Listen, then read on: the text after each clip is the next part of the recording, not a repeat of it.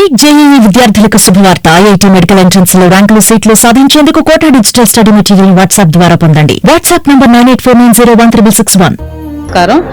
వాస్తవంగా చెప్పాలంటే లేడీస్ కు భద్రత లేదు సార్. ఇప్పుడు కూటమిలో భాగంగా వచ్చింది కాబట్టి ఖచ్చితంగా ప్రతి ఒక్క మహిళలకు న్యాయం జరుగుతుంది. ఇలాంటివి అరికట్టడానికే కూటమి భాగంగా గెలిచి ముందుకు వచ్చింది. మెయిన్ కొండమ్మకు జరగడం అంటే చాలా అన్యాయం సార్. ఒక లేడీస్ను అంతమంది లేడీసు చెట్టు కట్టేసి ఆ అమ్మాయి బట్టలు ఇప్పేసి ఆ అమ్మాయి బ్లేడ్ తీసుకొని ఎదురు మీద కట్ చేస్తుంటే ఆ అమ్మాయి చెయ్యి అడ్డకపోవడంతో కూడా ఆ అమ్మాయిని వదలకుండా చెప్పులతో గుడ్లతో కొట్టడం అంటే ఇది చాలా అన్యాయం సార్.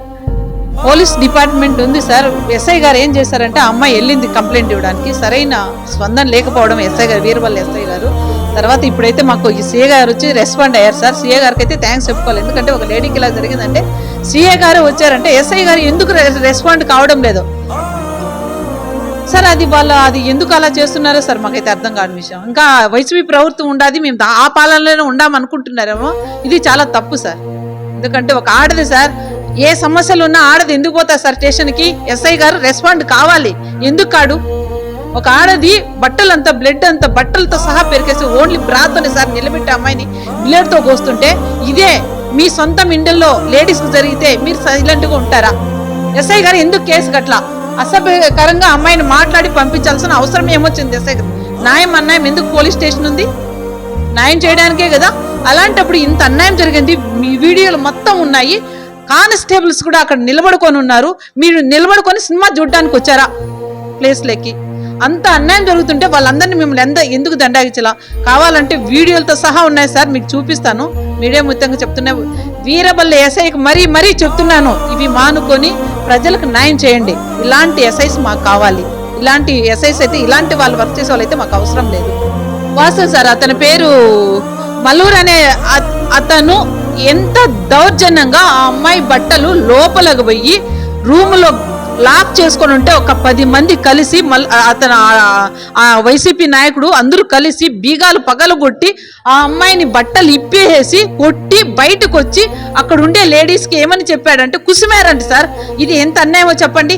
కుసిమి నేను లోపల కొట్టాను, మీరు తీసుకొని మాను కట్టేసి మీరు కొట్టండి, నేను బయట కొట్టకూడదు అని అన్నాడంట.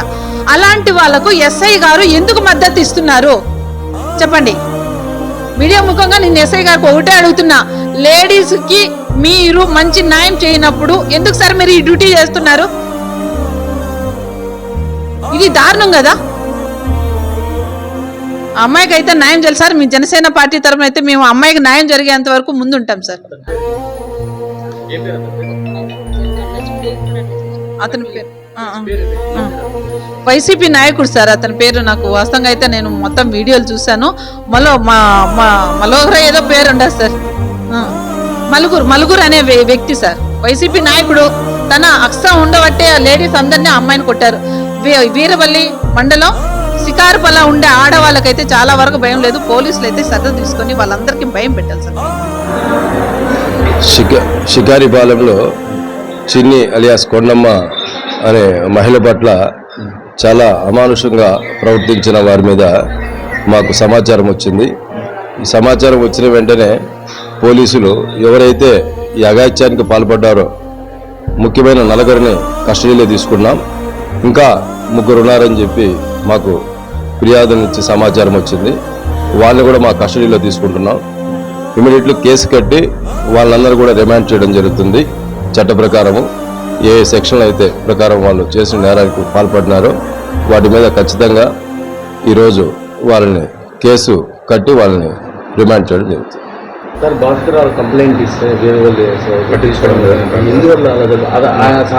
కంప్లైంట్స్ మధ్యలో ఎక్కువ సార్. అంటే ఈ విషయంలో సంఘటనా స్థలానికి ముద్దాయిల గురించి మేము రావడం, వీళ్ళు అదే సమయానికి పోలీస్ స్టేషన్కి వెళ్ళడం, అక్కడ గ్యాప్లో కమ్యూనికేషన్లో ఈ ఫిర్యాదు పట్ల కొంచెం కమ్యూనికేషన్ గ్యాప్ వచ్చింది. నాకు అందిన వెంటనే నేను ఎస్ఐకి సమాచారం తెలుసుకున్నాను. సూచనలు కూడా చేశాను. ఆయనకి కేసు కడతామని చెప్పాడు. కానీ మన విక్టిమ్ బాధితురాలు హాస్పిటల్లో ఉందని చెప్పడంతో మేమే నేరుగా హాస్పిటల్కి వచ్చి ఫిర్యాదు తీసుకోవడం జరిగింది. దీని మీద వెంటనే కేసు కట్టి అందరు ముద్దాయిలు కూడా మా కస్టడీలో ఉన్నారు. వాళ్ళందరూ కూడా రిమాండ్ చేయడం జరుగుతుంది. ఇంతకు ముందు కూడా ఇప్పుడు చెప్పిన పేరుతో మలుగురు అని వ్యక్తి ఇంత 10 సంవత్సరాల క్రితం కూడా ఇట్లే సేమ్ పరిస్థితి చేసినారు సార్ ఒక మహిళకి. అది మా రిలేషన్ వాళ్ళే.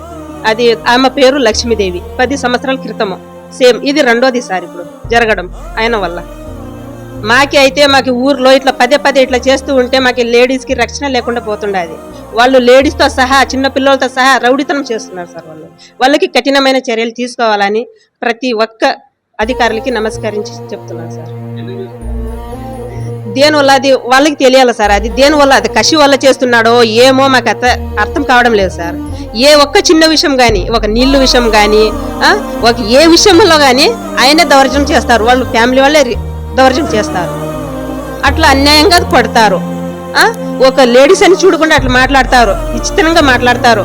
ఎన్నికలు గెలిస్తే ఎగరిస్తారు. అట్లే డక్కులు విడిచేసి మాకు అవమానం చేసి మాట్లాడతారు.